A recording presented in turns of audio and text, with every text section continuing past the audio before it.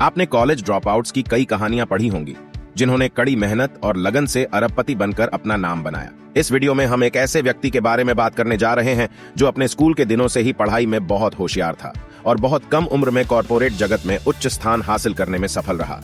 लेकिन इसके बाद उन्होंने सीईओ की ऊंची तनख्वाह वाली नौकरी छोड़कर अपनी खुद की कंपनी शुरू करने का फैसला किया और अब अरबपति हैं। अरबपति व्यवसायी विनोद सराफ की कहानी राजस्थान से शुरू होती है, जहां उनका जन्म व्यापारियों के एक मध्यम वर्गीय परिवार में हुआ था।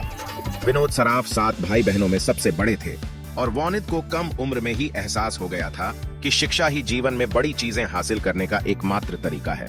और यही कारण है कि विनोद सराफ हमेशा पढ़ाई में उत्कृष्ट रहे।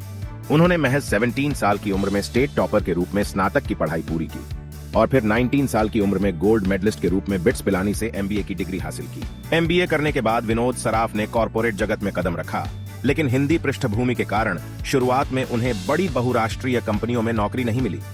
बिड़ला समूह की एक कंपनी में नौकरी मिलने से पहले विनोद सराफ ने लगभग 10 वर्षों तक विभिन्न कपड़ा कंपनियों में काम किया। वह उद्योगपति आदित्य बिड़ला के साथ काम करते हुए Mangalore refinery and petrochemicals limited के प्रबंध निदेशक बने। इसके अलावा उन्होंने ग्रासिम इंडस्ट्रीज, मॉडर्न सिंटेक्स और भीलवाड़ा ग्रुप जैसी कंपनियों में काम किया। कॉर्पोरेट सेक्टर में काम करते हुए विनोद सराफ सीईओ के पद तक पहुंचे। 1990 में सराफ ने आराम क्षेत्र से बाहर निकलने और अपनी खुद की कंपनी स्थापित करने का फैसला किया। उन्होंने अपनी बेटी के नाम पर विनती ऑर्गेनिक्स नाम की कंपनी बनाई। यह कंपनी दर्द निवारक दवा इबुप्रोफेन में इस्तेमाल होने वाले रसायन आईबीबी या आइसोप्रोपिल बेंजीन का निर्माण करती है। उनकी बेटी विनती सराफ इस कंपनी की एमडी और सीईओ है।